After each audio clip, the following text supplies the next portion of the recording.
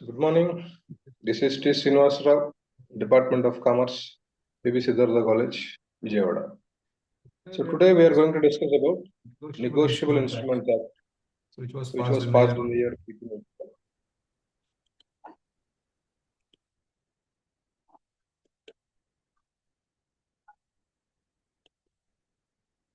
So what is meant by negotiable? So negotiable means transferable. Negotiable means transferable. Instrument means any paper in writing.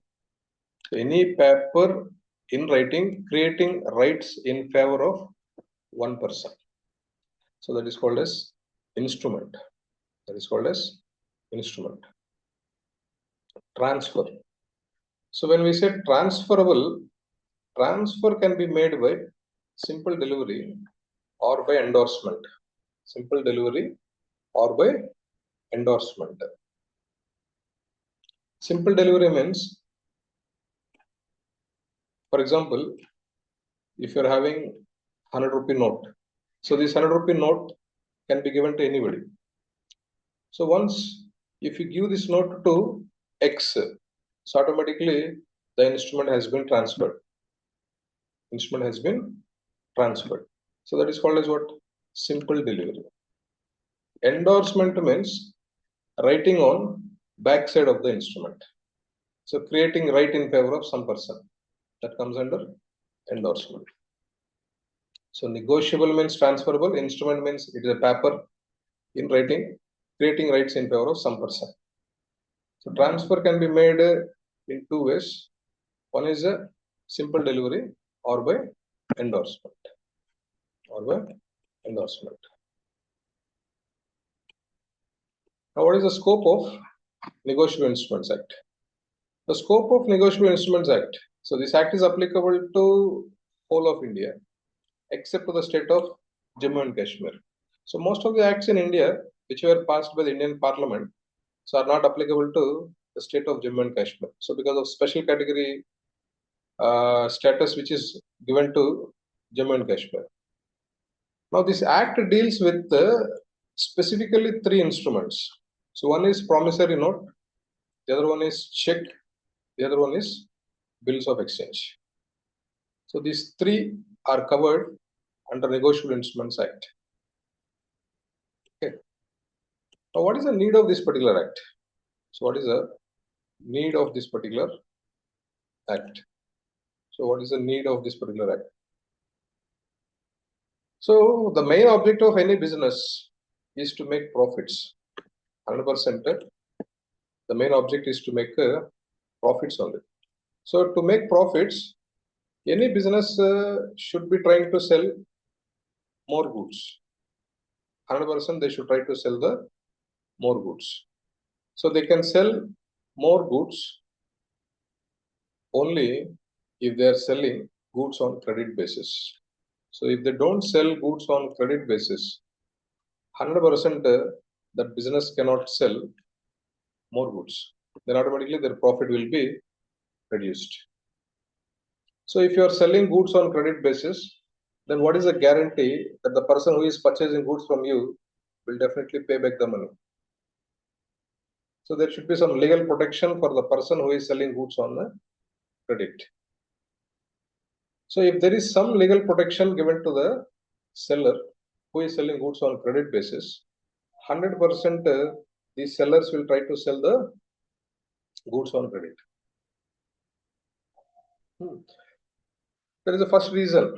So why Negotiable Instruments Act was passed? Negotiable Instruments Act was passed. That is one reason. And second reason is to provide a sanctity to the instruments of credit, so which are deemed to be converted into money and easily passed from one person to another person. So if there is no legal sanctity given to these instruments, then automatically nobody will prefer to go for these instruments. So 100% these three instruments should be given some legal sanctity. So that is reason number two. One reason to encourage credit transactions, and so reason number two is to provide some legal sanctity to these instruments. So because of these two reasons, an act was passed. Okay. So I am going to discuss about the crossing of checks in today's class.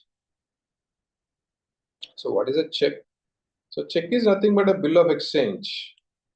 Check is nothing but a bill of exchange drawn on a specified banker. Bill of exchange drawn on a specified banker. So drawn on a specified banker.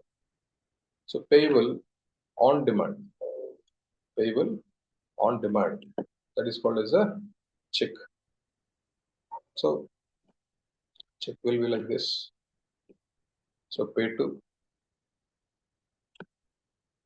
rupees. Here box will be there. And here signature will be there. Okay. So this is how check is there. So now what is crossing?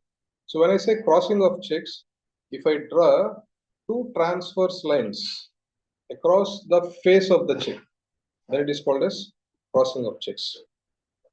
So drawing two lines across the face of the check. So if check is like this, if I draw two lines here, so this is not crossing. So if I draw two lines here, so this is not crossing. If I draw two lines here, so this is also not crossing. So if I draw two lines like this is also not crossing. So you should draw two transverse lines only on the left corner. So when you are drawing two transverse lines across the face of the check on top left corner of the check, now this comes under crossing. So what is meant by crossing? So why we are drawing these two lines? So crossing means we are giving instruction to the banker not to pay the check amount to the person through the counter. So bank counter is like this. So here cashier is there. So if you present check here, now this cashier will give cash for us. But when two transverse lines are drawn across the face of the check, we are giving instruction to this person not to pay the check money through the counter. So if any person brings check, don't pay money to him directly. Don't pay money to him directly. So if you want to pay that person, you pay that person through a banker. Through a banker. So let us suppose X had gave check to Y. So while giving check to Y, X has drawn two transverse lines.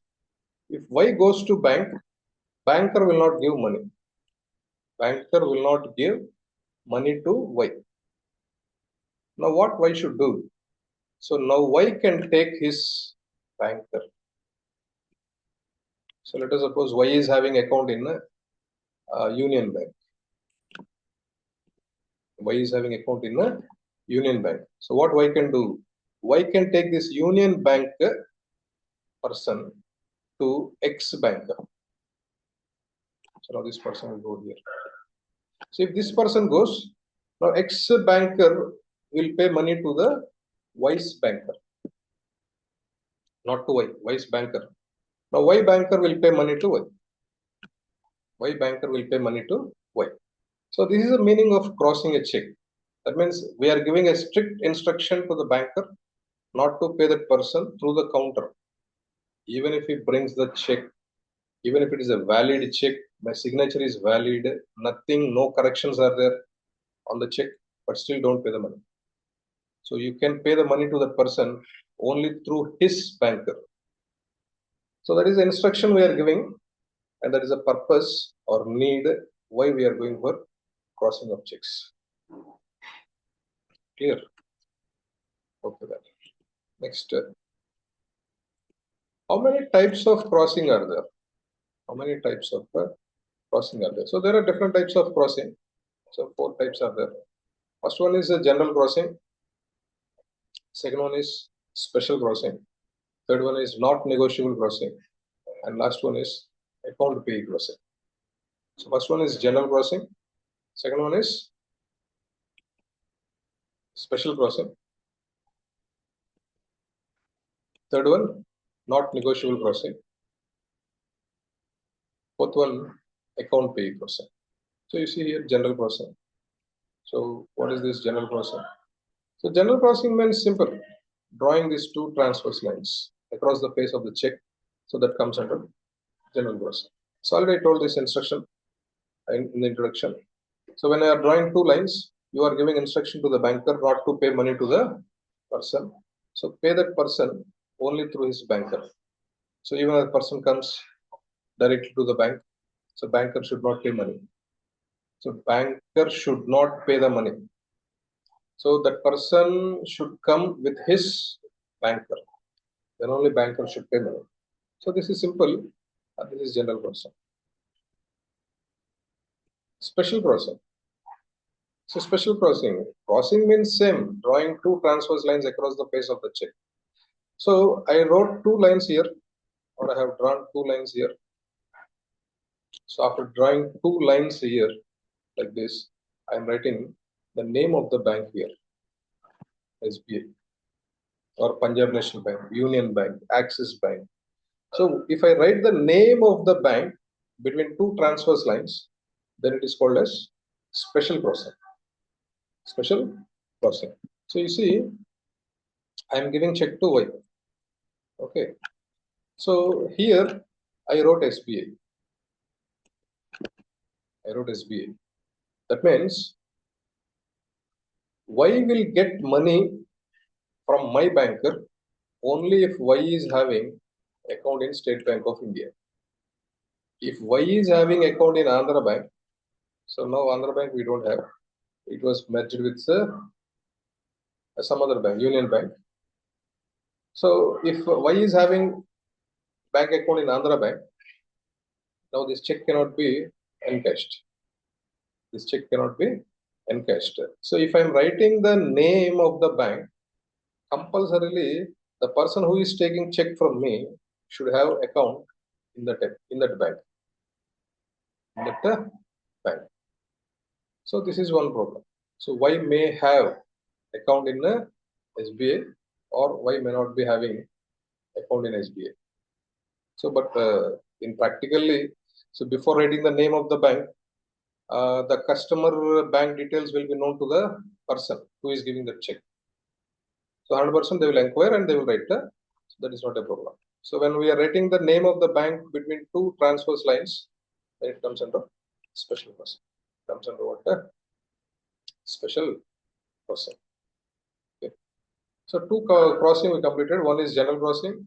Second one is a special crossing. And third one is not negotiable crossing.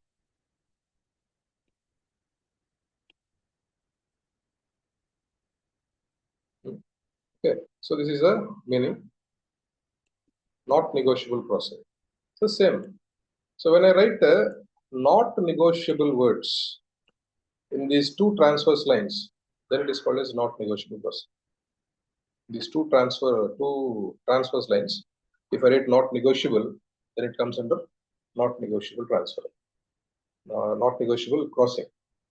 So negotiable means transferable. So when I write not negotiable, is it non-transferable? No, it does not mean like that. So when I say not negotiable, the holder of the instrument will not get a better title. The holder of the instrument will not get a better title. So that is the meaning of not negotiable. So what is meant by this better title? Let us suppose X is there. So X has given check to Y. The name of the person written on the check is Y. Okay. Y lost the check. And this check was found by Z.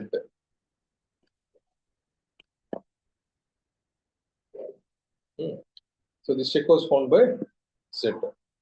Z went to shop So he purchases something from shop and he gave this check to that shop person. So actually Z is not having any title because Y was the person who was entitled to receive that particular check. So Y lost that check. Y lost that check. The check was found by Z. The check was found by Z. So Z is not having any title. So Z gave the check to the shop person.